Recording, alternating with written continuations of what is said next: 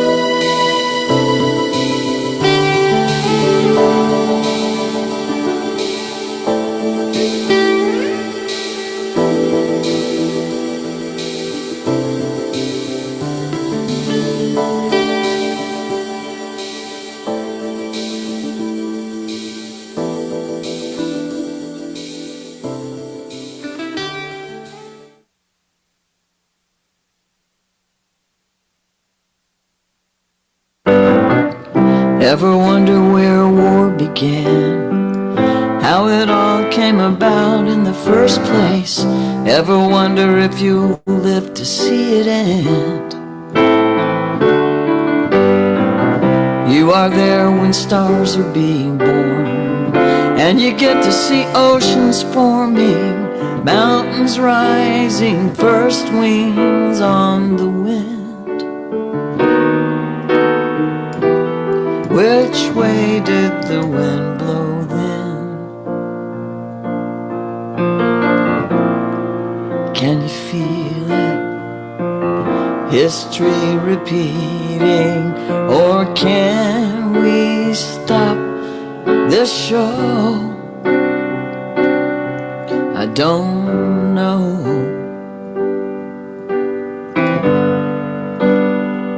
I don't know.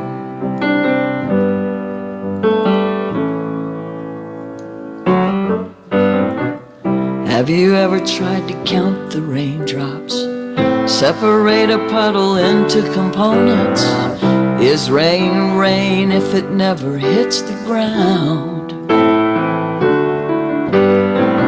With the beating down of rays from the sun, touching even the most private person, marking a rhythm written out of time. Your life is a part of mine,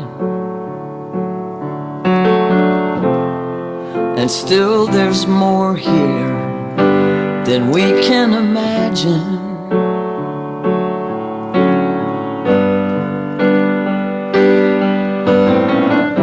More than meets our minds. Ever wonder where you'll go after this?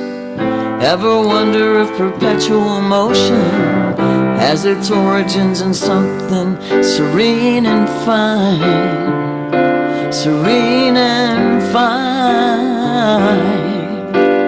We know now, we know then. We can see it all as time falls open.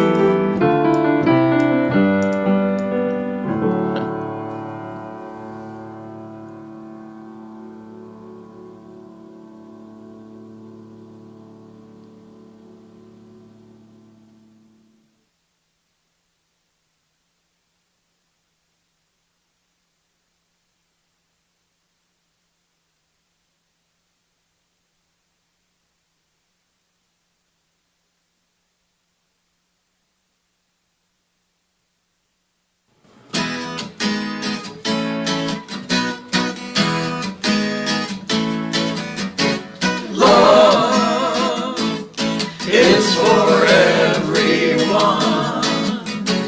Everyone's worthy of love. Every broken life will find some light when love gives them hope.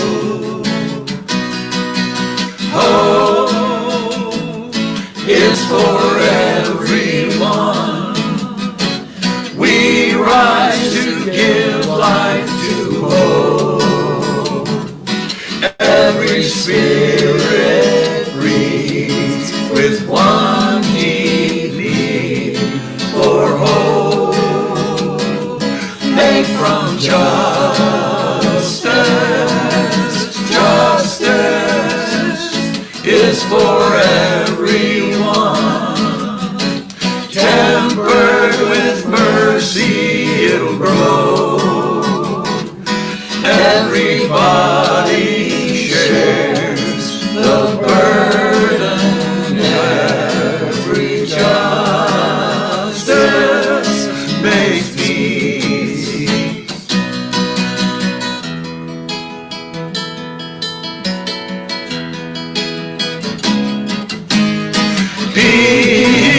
Peace that finds us, set our minds to kindness and joy,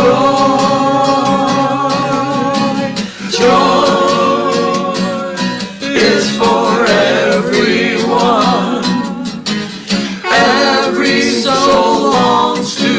so joy. Every mother's child's courageous smile speaks joy,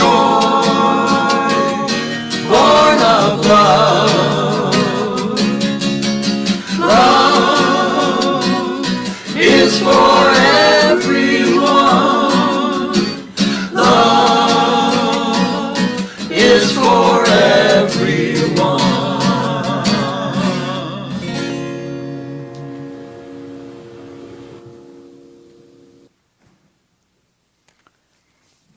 Like it or not, love is for everyone.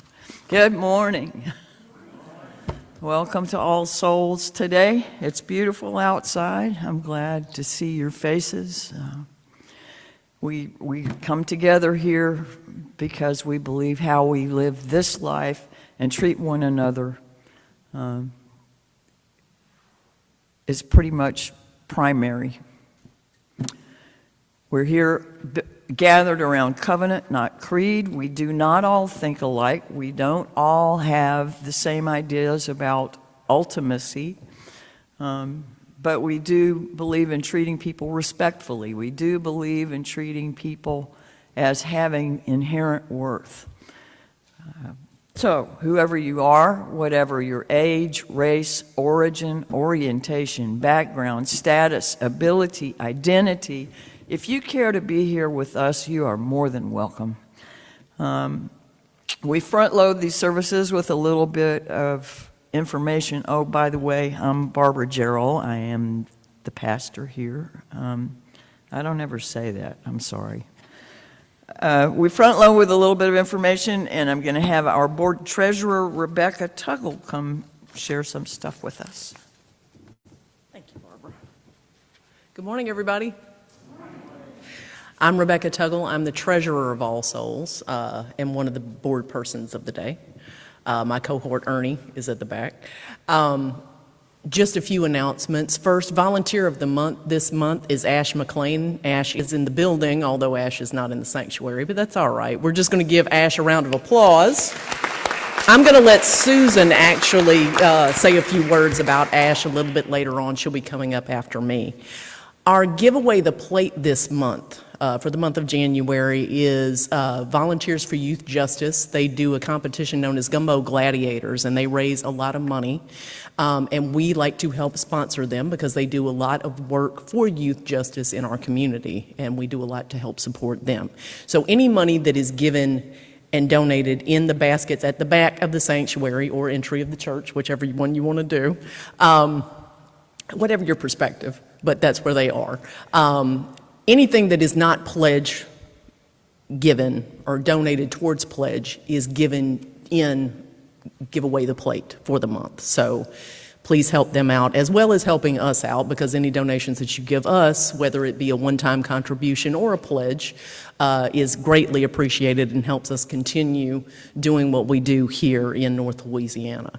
As a matter of fact, we are in pledge season, and I would urge you, if you have not, all of you who have gone ahead and put in your pledges, thank you so much. I believe we're a little bit north of $60,000 at this point. We do definitely need more than that, but we definitely need your pledges in by January the 15th, because we will be having our congregational meeting on January the 29th, the last Sunday of the month, to vote on our budget for the year. And so you can be present at the meeting, but of course you have to be a member of the congregation to vote. And thank you for being here. Thank you for listening. Appreciate you being here. Thank you.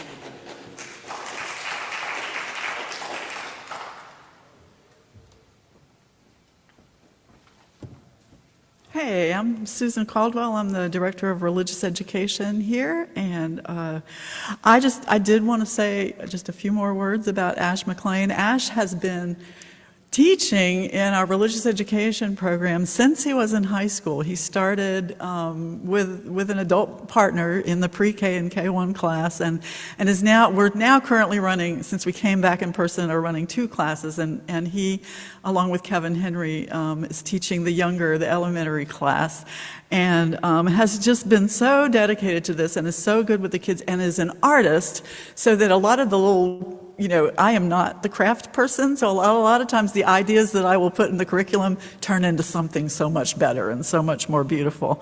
So, and Ash also is an activist in the community, is very active with Louisiana Trans Advocates, which, by the way, meets today. They usually meet the first Sunday, but they'll be meeting today at 1:30 for trans people and their supportive allies and friends and family.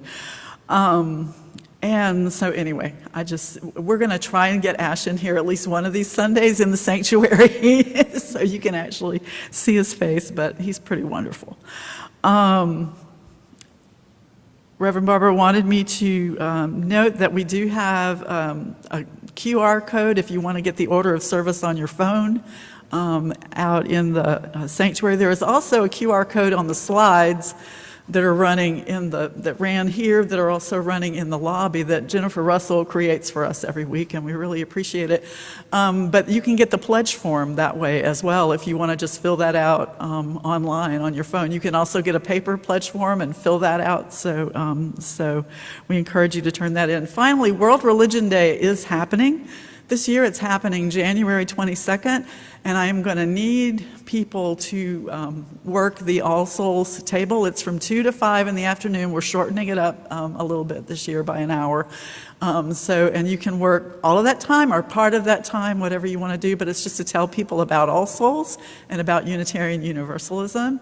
And I can help you with some points about that if that makes you nervous. But I know a lot of you have come up with really pretty great elevator speeches on your own. So this would be the time to get to practice that. And Building and Grounds is this coming Saturday. It's usually, almost always, the second Saturday. And so everything we do for this physical plant of this building is done by us, is done by volunteers. We pay for basic cleaning and basic lawn maintenance. And other than that, everything else, inside and outside, is done by us. And it's a great way to get to know your All Souls community, kind of working side by side. That really is all I've got. Thank you.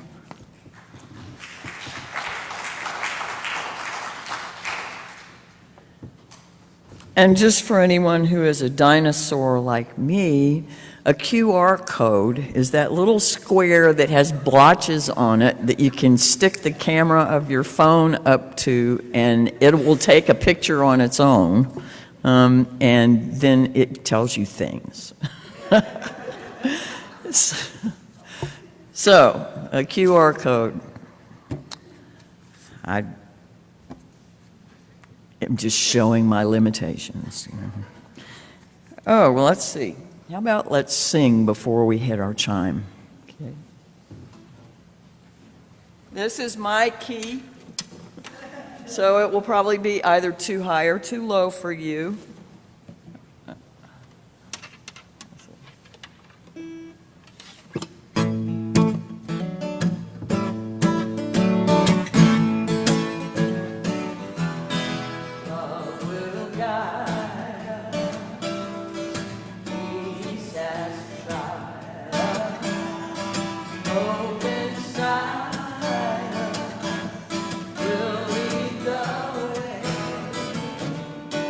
On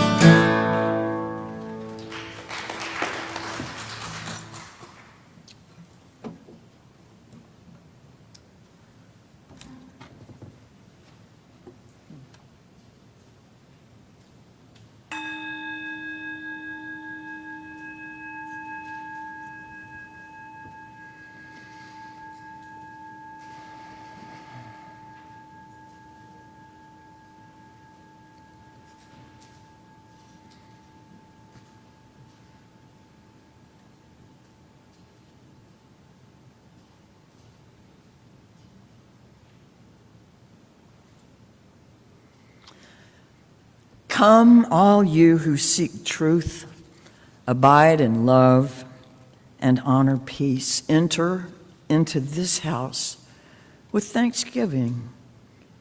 Come into these gates with praise. Enter into this sacred space, all of you who hunger for righteousness.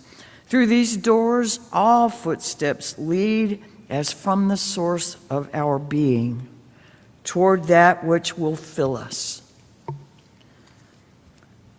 For as we come together, as we congregate for holy purposes, two essences are required. First, the assemblage of the faithful, this multiplicity of seekers. Second, the ineffable, the infinite that hearts know in different ways, God of many names and beyond our naming. We invoke both. We beckon to the worshiper to join the consecrated rites, and we summon that spirit of love, the eternal root of our being and all existence. Would someone like to lead the first part of our chalice lighting?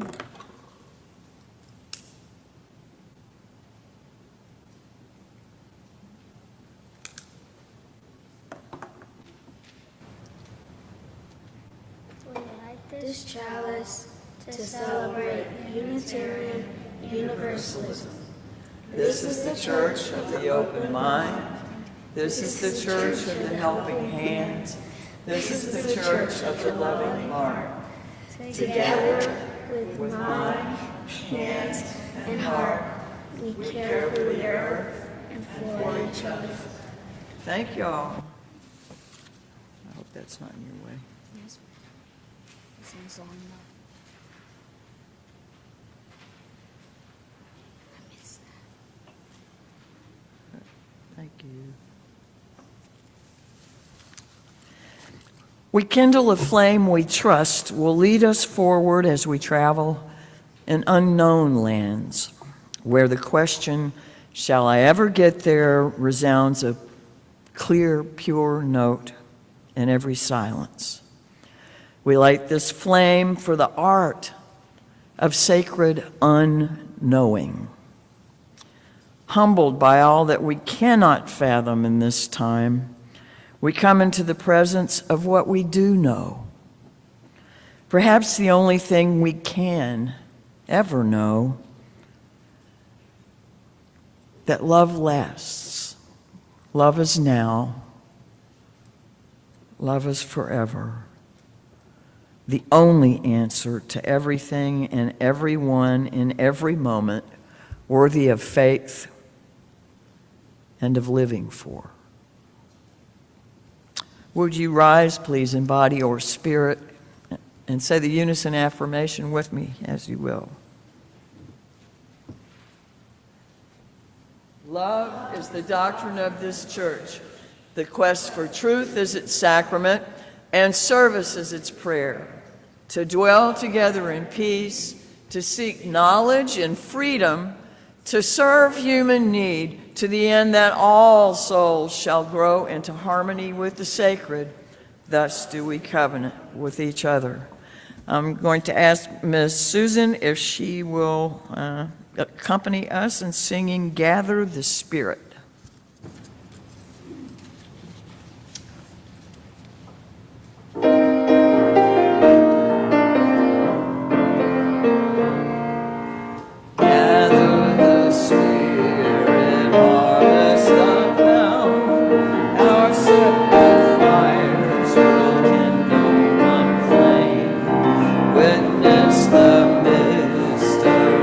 Of the sound of violence in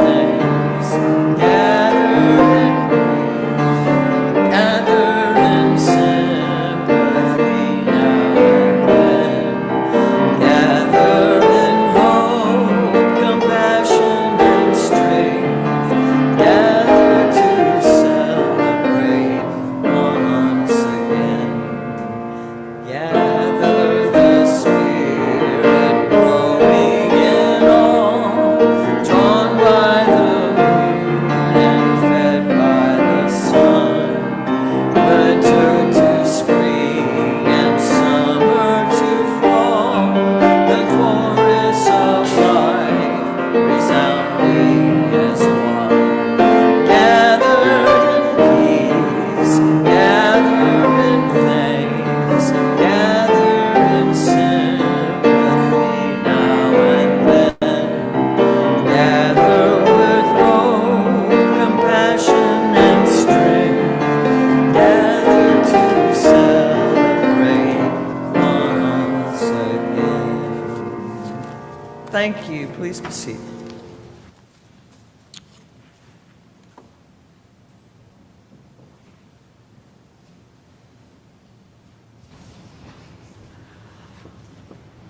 I'm going to ask for your help to tell the story this morning.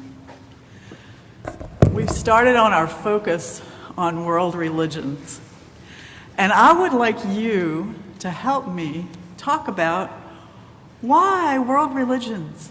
Why learn about other faiths other than our own? It's important that we learn about our own, and we keep learning about our own. But what about learning about other faiths? Anybody got any ideas about that? I love it that everybody at once. Say it again, somebody. I didn't even see who was first. Because every religion is different, and they can bring something towards bring everything together. Thank you. And is it Stephen? Isn't it? Welcome. Thank you. He is not a plant, I swear. But yeah, because every religion brings a different perspective, and so we can learn to look at things in a different way if we're willing to open ourselves to those different perspectives. What else?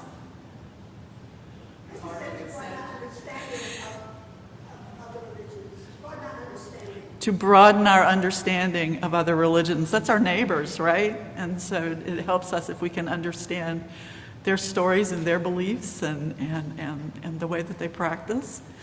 And Kevin Henry, I think you had something? Oh, okay. It's hard to accept what you do not understand. Very good. It is hard to accept what you do not understand. That is wonderful. And now Kevin, okay.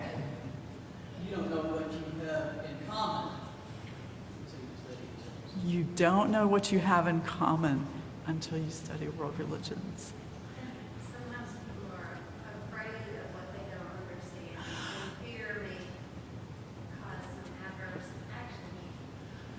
Thank you. Sometimes people are afraid of what they don't understand, and fear, as Pam said, fear can cause some adverse actions. Fear can sometimes cause people to do mean or dangerous things.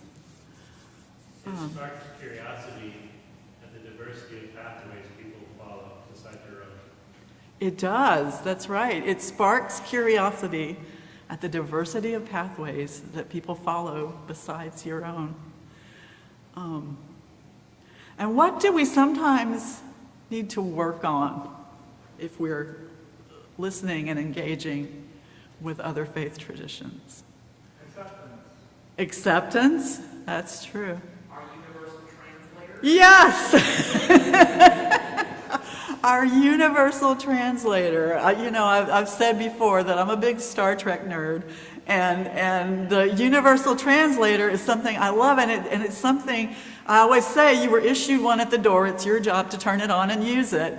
But when you hear, and in the sanctuary, you are going to sometimes hear religious language that may not be your own, or may not be what you would personally identify as your own path.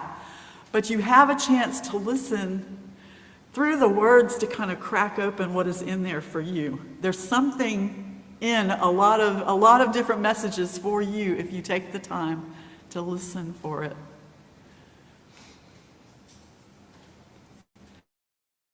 Any kids got any ideas on this? I'm not putting you on the spot. I'm not calling names. I'm just wanting to make sure you have a chance.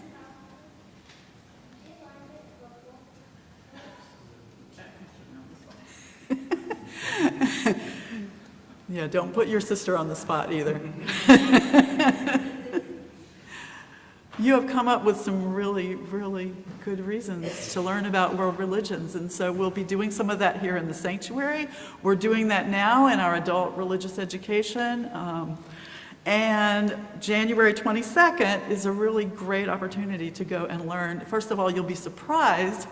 We're hoping you'll be surprised by the diversity of faiths that are right here in our community. And also, you'll have a chance to actually talk to people, engage with people who are living those faith traditions. So I encourage you to do that. Meanwhile, practice with your universal translator, and thank you. Let's go ahead and sing the children and youth to their classes.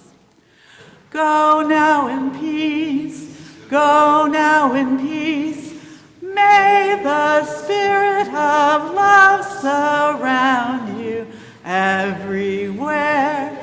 Everywhere you may go.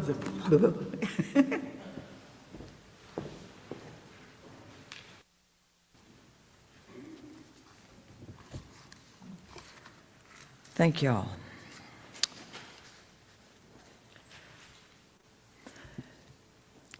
What do you know that you don't know?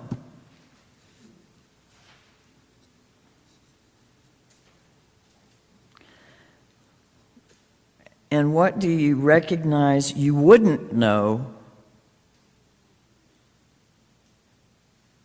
What would you recognize you wouldn't know if you don't know it?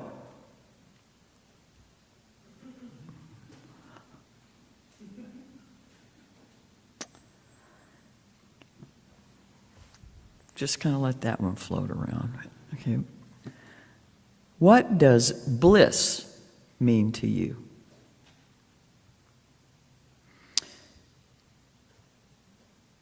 Is it an experience that's familiar to you? Is it a state that you have reached or can reach or do reach with any frequency? Is it something that you expect to come with release from pressures and responsibilities of life? Or is it part and parcel of the journey?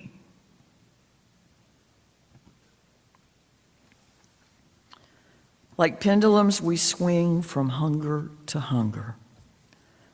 From hunger for one great truth, absolute, eternal, mystical, to hunger for simple, near-in, familiar truths that change as we change, grow as we grow.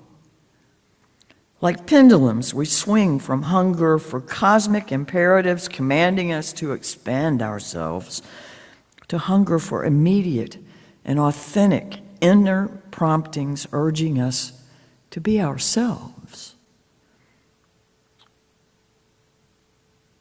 We would be right with heaven, so we would swing outward. We would fulfill our own heart, so we swing inward. We would grasp the holy and we would create ourselves. We have this dual hunger to serve the cosmos that commands us to become more than we would and to be our genuine selves, content with what we are. So we ride this pendulum and hunger for life. We ride from truth that calls us out to truth that calls us in. And all because the gravity of life pulls across our hunger, never allowing us to stay on one side or the other, always moving us into new urgency for the wholeness that would bind both the cosmic and the personal. And so life pulls us, and we swing from truth to truths, from cosmos to self, from mystery to clarity, from out to in. It is our state to swing and to be drawn ever into another swing.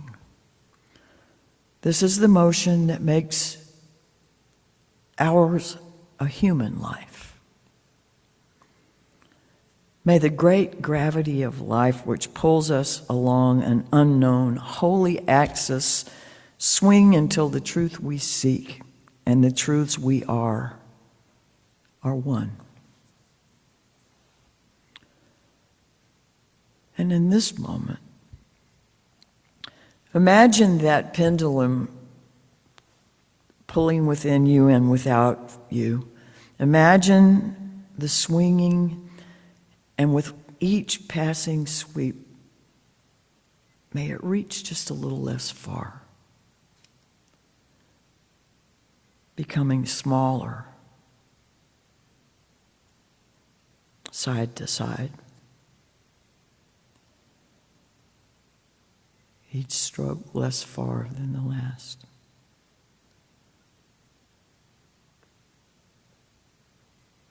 The swing is still easy and gentle, but has a little less force and stays nearer and nearer us at center. Smaller and smaller until it rests in the balance that is your essence, your core and spirit. The stillness within you.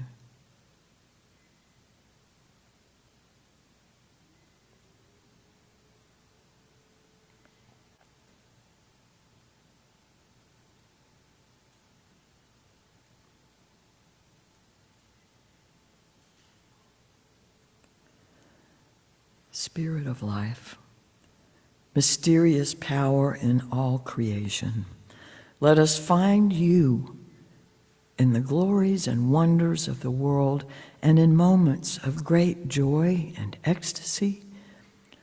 But most of all, let us find you in the commonplace, in that which we touch every day. Let us find you in the familiar, in those whom we touch every day. Let us find you in ourselves at the center of our being. Teach us in the careless, casual moments when we do not ask to be taught. And let us know that we are indeed part of that wholeness, the mystery. Even as the pendulum swings, we are in every aspect of its motion.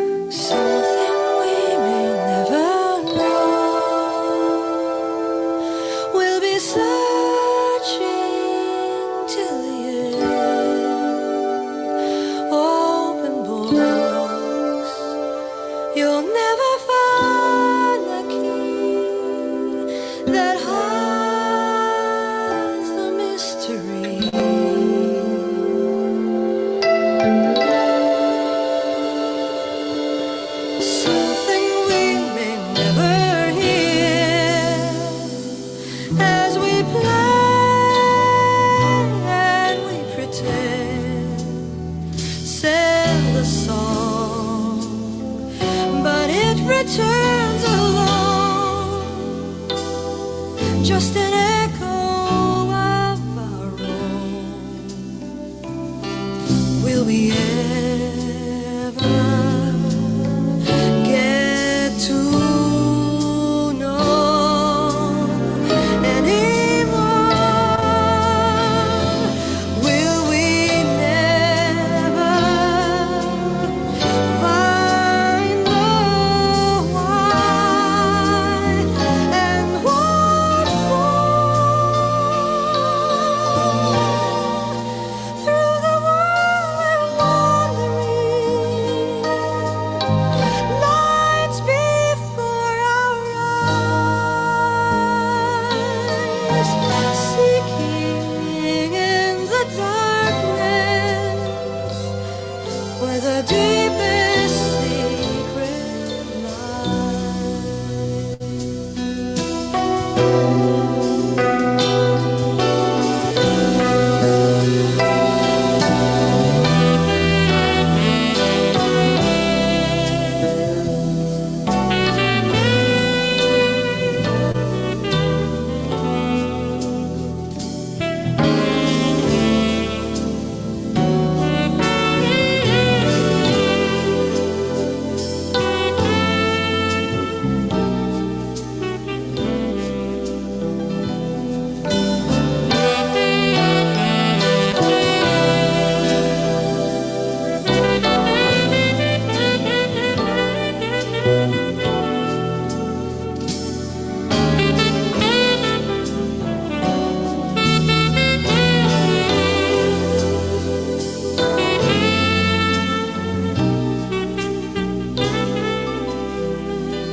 Will we ever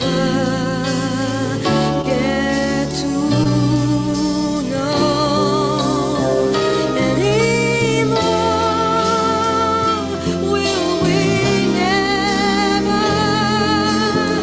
find the why and what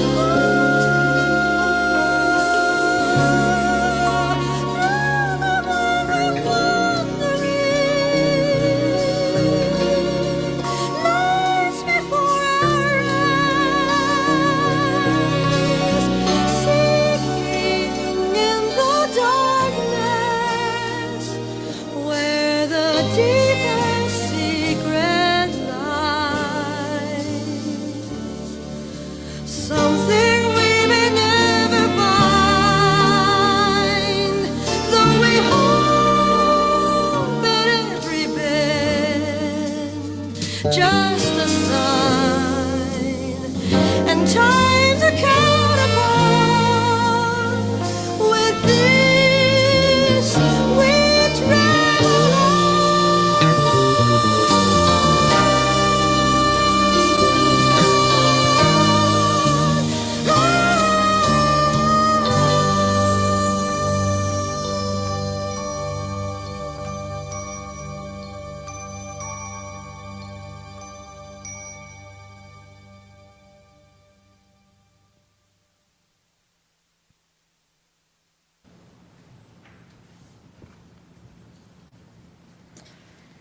That was Shelby Flint.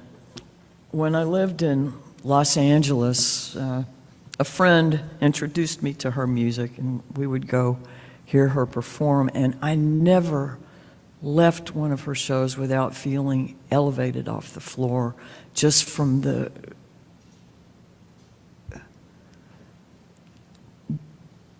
expansive insight in some of the things she sang about, and the musicianship of the people that played with her. She had session players from all over Los Angeles were her band. And anyway, I hope you enjoyed that song. I really love it. Sometimes I'm struck by how much people don't know. Any of you feel that way? And how much people don't know they don't know. Now, I can at times commend myself for recognizing how incredibly little I know. At the same time, I have considerable confidence in any number of things that I think I do know. I know that I am not as hesitant to share my thoughts as many whose life experiences have sprung from a less supportive environment than mine. I'm just comfortable expressing my thoughts almost everywhere, and I notice how many people for which that is just not true. You know, I grew up in an American, white, middle-class, mainstream Christian family. All of those allowed me a sense of comfort and safety, I guess, that weren't given people who were from other demographics. Nevertheless, I was comfortable paying little or no attention to some of the conventions and cultural norms in those settings. It never occurred to me to think that women were supposed to act differently than men.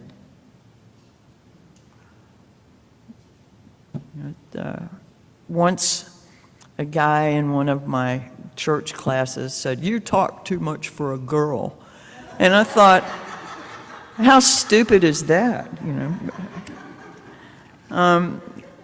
It was not that I talked too much. It was that a woman wasn't supposed to talk that much, or a girl.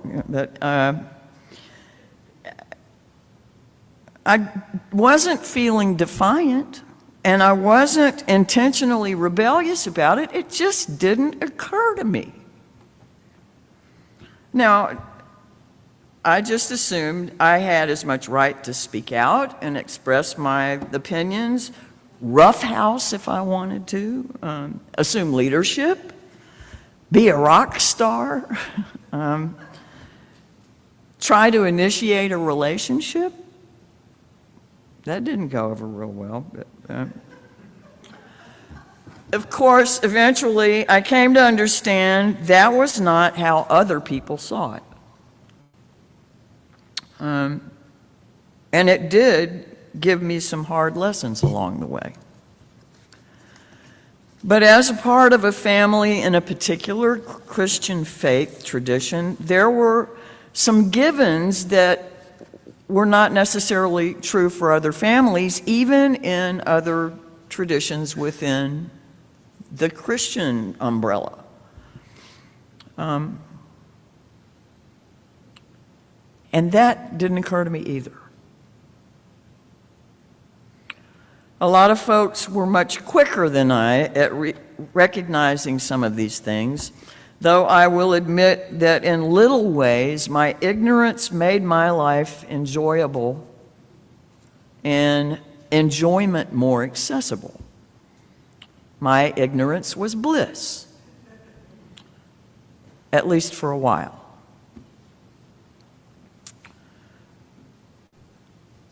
A considerable percentage of you came up in different cultural environments, even those of you who had many of the same privileges that I had, being white, at least middle class, and from some Christian tradition or another.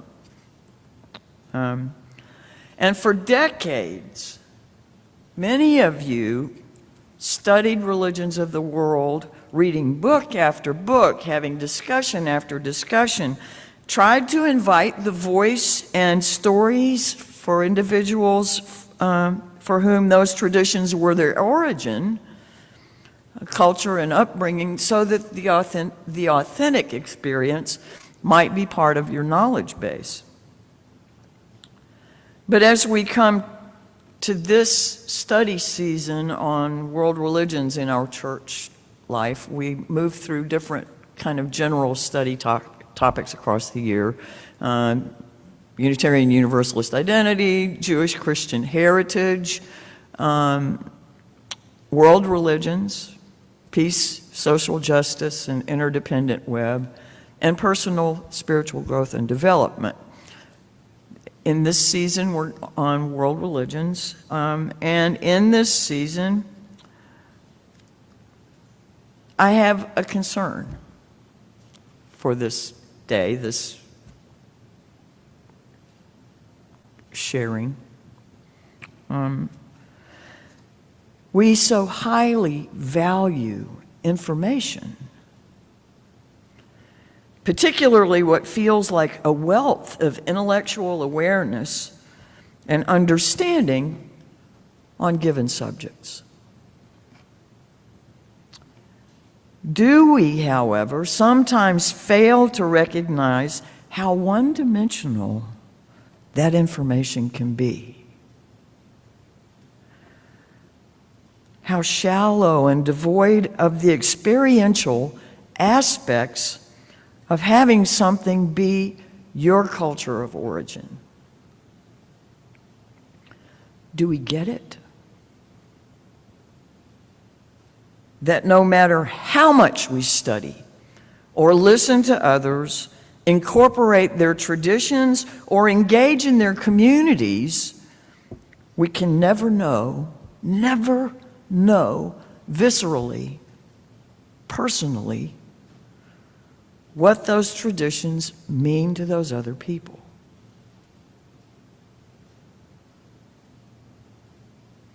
Now, from one family to another, those are going to be different experiences also. But like I was talking about, there were some givens in the tradition I grew up in. And there were people even within the church I grew up in that didn't abide by those givens, but they still understood they were part of the tradition.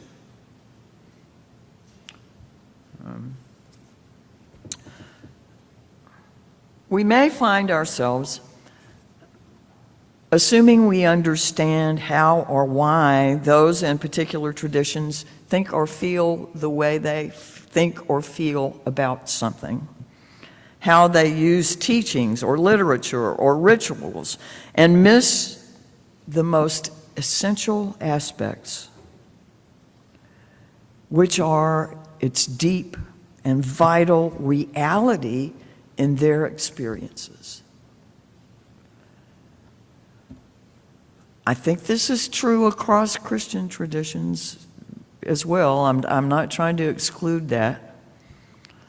We can watch it play out on the Senate floor, on the House of Representatives floor.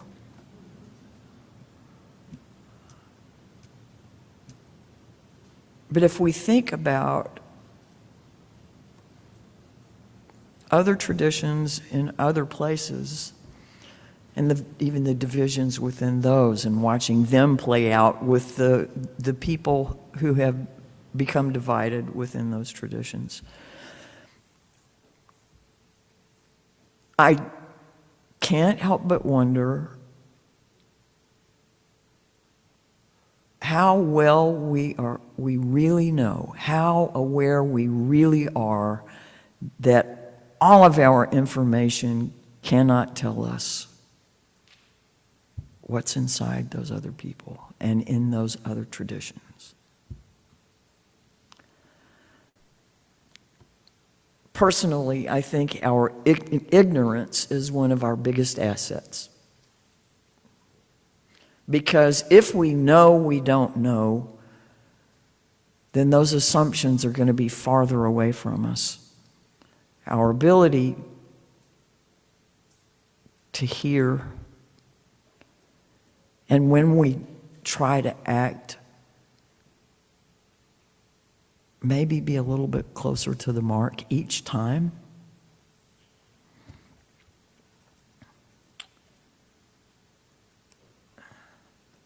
We can also be more inclined to give those in other traditions a pass and judge them less harshly than we do people maybe from the tradition we grew up in. If it was a negative experience, we can be pretty hard on things that we know best.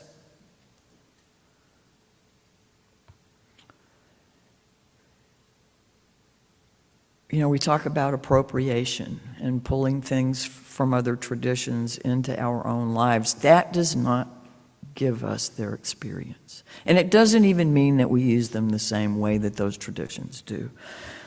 Anyway,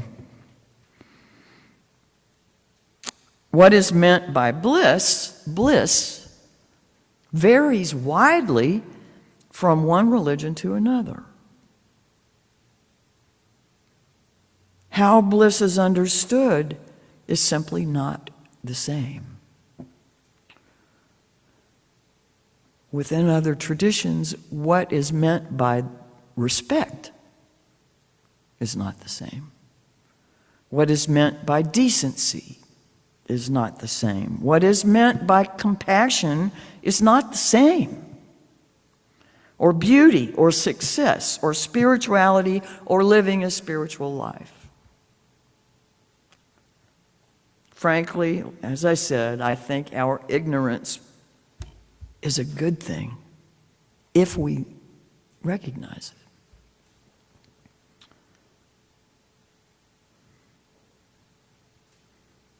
Buddha attained perpetual bliss in this life.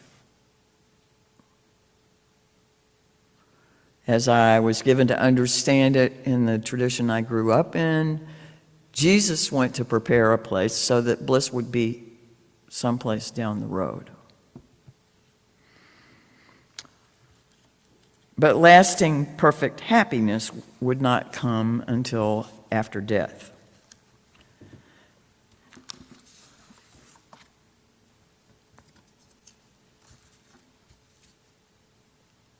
For some, I think I have some notes here.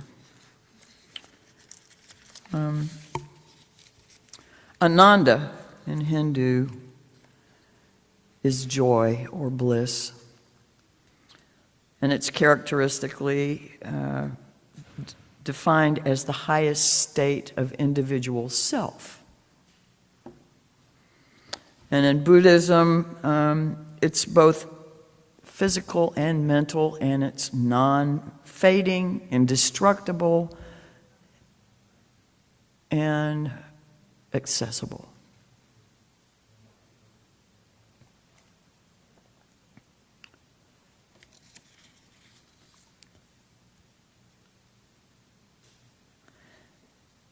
In Christian Science, Mary Baker Eddy said that bliss is the atmosphere of the soul. Now, I remember in decades gone by, lots of people being particularly taken with some of the teachings of Joseph Campbell. Joseph Campbell famously said, "Follow your bliss, and the universe will open doors where there were only walls." He went on to say, "People say that what we're all seeking is a meaning for life. I don't know that's what we're really seeking."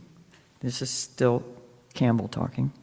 "I think that what we're seeking is an experience of being alive, so that our life experiences on the purely physical plane will have resonances with our innermost being and reality, so that we actually feel the rapture of being alive." I was watching a show last night, and somebody was a hunter that protected people from the wild animals that were indigenous to the areas that they were like camping in. This was in Africa, and it was a century ago. But when asked why he did that, he said that there was nothing that made you feel more alive than death. And the person talking to him said that was a very romantic idea. But we have adrenaline junkies, and we have people that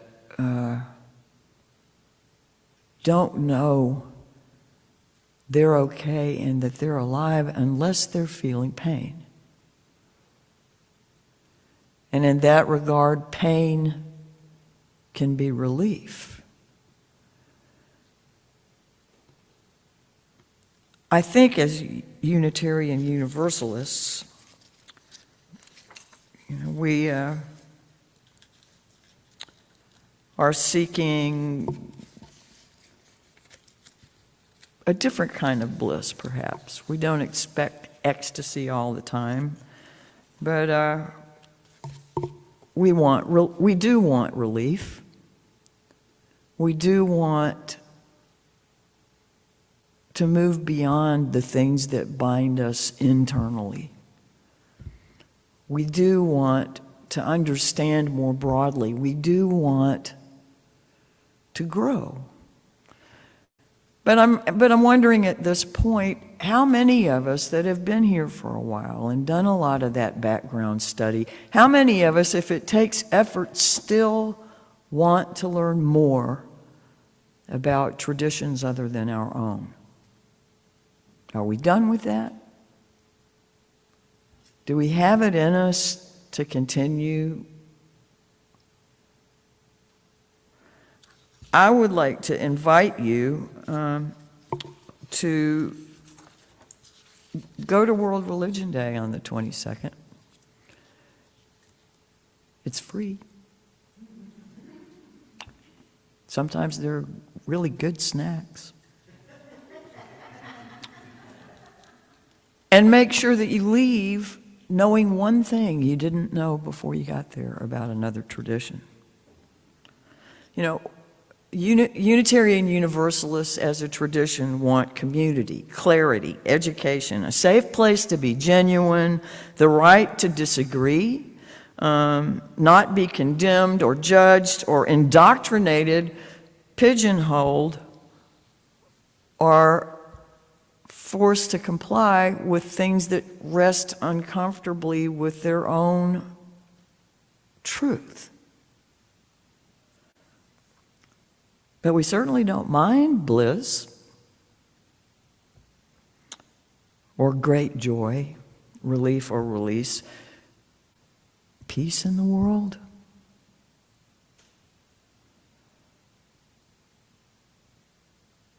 We have perpetually growing to do.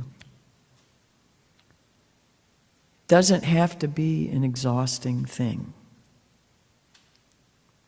As a matter of fact, there can be great joy in the growing. And I invite us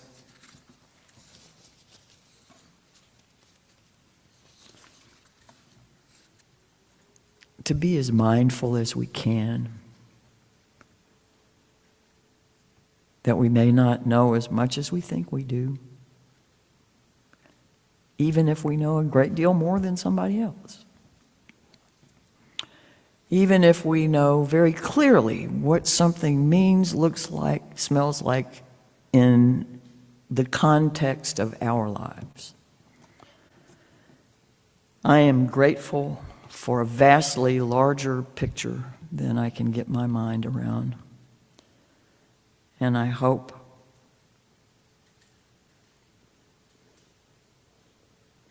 that I will continue to grow and grow up